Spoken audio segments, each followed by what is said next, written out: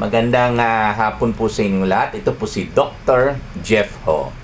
Okay, nagpaalam ko po sa nanay kung pwede po isama natin yung anak niya sa ating video. Apo pala, sorry Uy, ngumiti siya kasi sabi ko, anak. So, ibig sabihin, parang bata siya tingnan.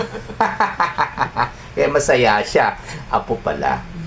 Pumayag naman si Lola, no? Papayag kayo, no? Okay, very good.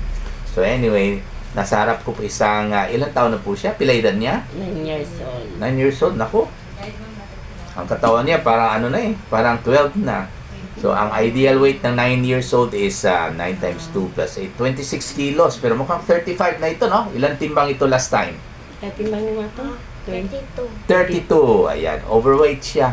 Okay, pero sige lang, pag bata, okay lang overweight ng konti kasi malapit na po siya magiging, sabihin natin, adolescent or yung stage of puberty na mabilis lumaki ang mga bata, no? Pero sa lalaki po, usually I think nasa 11 years old, no? Bigla silang lumaki or 12 years old. Yung mga babae naman mas maaga, no? Usually 10 years old. Kaya pagdating ng grade 4 at saka grade 5 at saka grade 6, mas marami tayong makita na ang mga babae po sa classroom ay mas malaki sila kaysa mga lalaki kasi mas maaga yung kanilang puberty, no?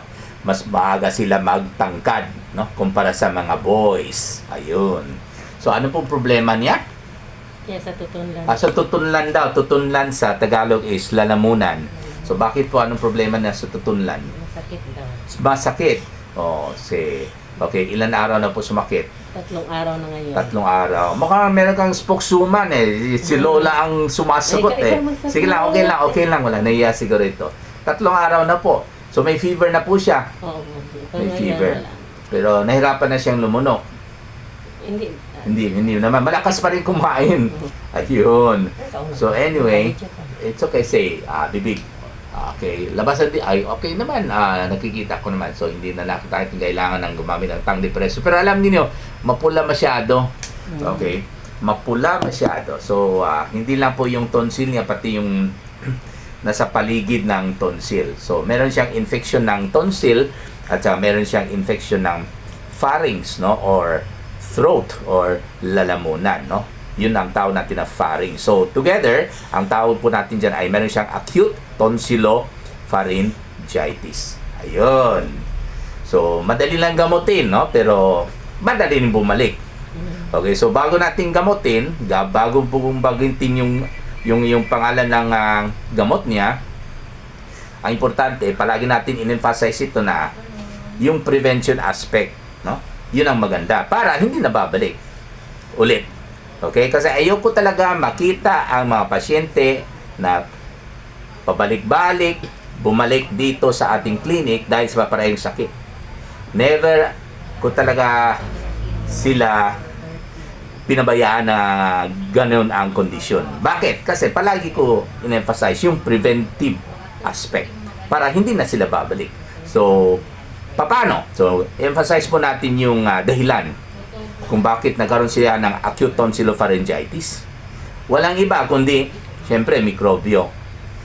Ang mikrobyo po ay kadalasan po galing sa hangin. Pumasok sa ilong, bumaba sa lalamunan, pwede dumikit sa lalamunan or sa tonsil, kaya doon na nag-umpisa yung infection.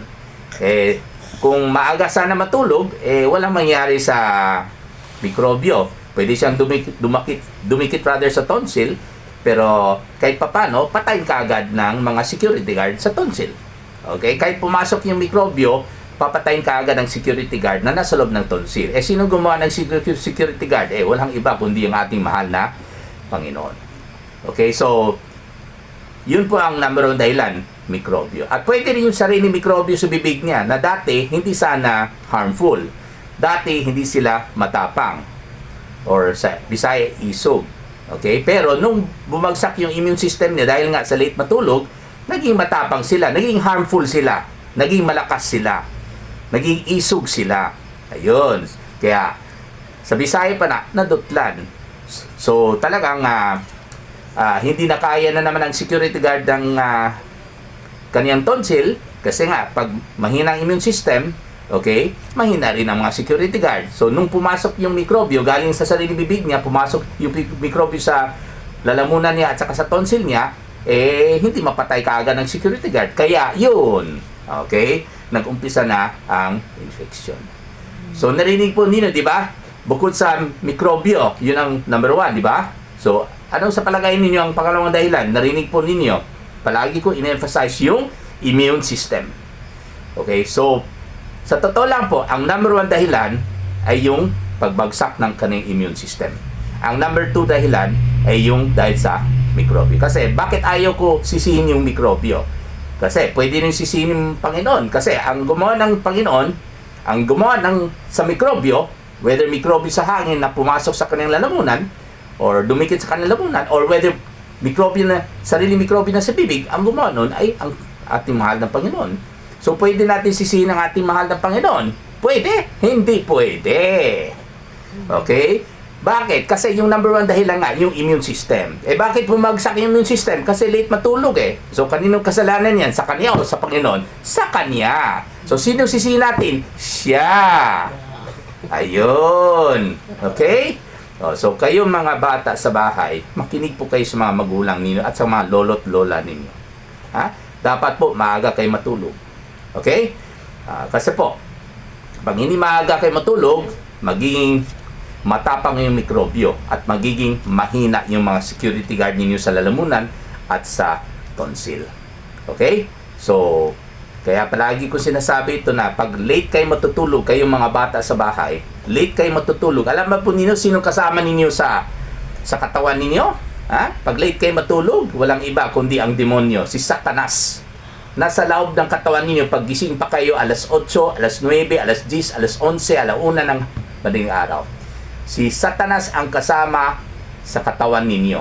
At siya po ang nag-utos sa inyo na huwag kayo matulog ng maaga. Huwag kayo makinig sa mga magulang ninyo, sa mga lolo-lola ninyo. Huwag kayo maniwala kay Dr. Ho. Matulog lang kayo ng alauna ng madaling araw para magkakasakit po kayo, para magalit ang ating Panginoon sa inyo. Yun. So, huwag kayo matulog ng late para hindi natitira ang demonyo o si Satanas sa katawan ninyo. Okay?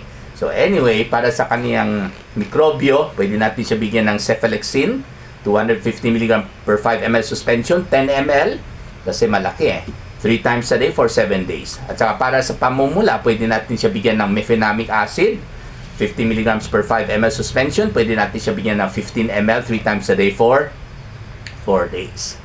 Okay? So, para mas madaling mawala yung pamumula ng lalamunan niya, painumin po natin siya ng malamig na tubig. Kasi ang malamig, okay, pwede na ipigil ang pag-multiply ng mikrobyo sa lalamunan. Kasi as I've said before, ang mikrobyo po ay masaya pag ang temperatura sa ating katawan at sa ating lalamunan ay 37 degrees centigrade. Pero pag mas malamig na, dahil po nag-inom tayo ng malamig na tubig, syempre, hindi na sila masaya kasi hindi sila mag-multiply sa malamig na temperatura. Okay? So, ang malamig na tubig po ay nakakatulong. Hindi po totoo yung mainit na tubig, lagyan na asin at suka, no? Mag-gargle kayo niyan. Hindi po totoo. Hindi po totoo yung Bactidol at saka Betadine na mouthwash na kailangan mag-gargle kayo niyan. Hindi po totoo yan. Lalong hindi totoo yung mga Strepsils, mga Orophar na lozenges. Hindi po totoo yan. So, para sa kanya, walang iba kundi palakasin nating immune system. Walang iba kundi patulugin ng maaga. Walang iba kundi kunin ng ni Lola ang cellphone niya pagdating ng alas 7 ng gabi. Ha? Ako ang masunod, ha? Oh, tumawa. Buti lang tumawa. Yung kadalasan mga bata ay nakasimangot na. Naku! Kasi totoo. Kasi totoo daw. Kasi late matulog. Anong oras pala siya natutulog? Anong oras? Yan ang sumagot. Okay, so anyway, yun ang gagawin ninyo sa bahay para hindi na po bumalik yung kaniyang tonsillitis or pharyngitis or combination of tonsilopharyngitis. At ang pangalawa, nabanggit ko na po, cephalexin at saka mefenamic acid lamang. Maraming salamat po.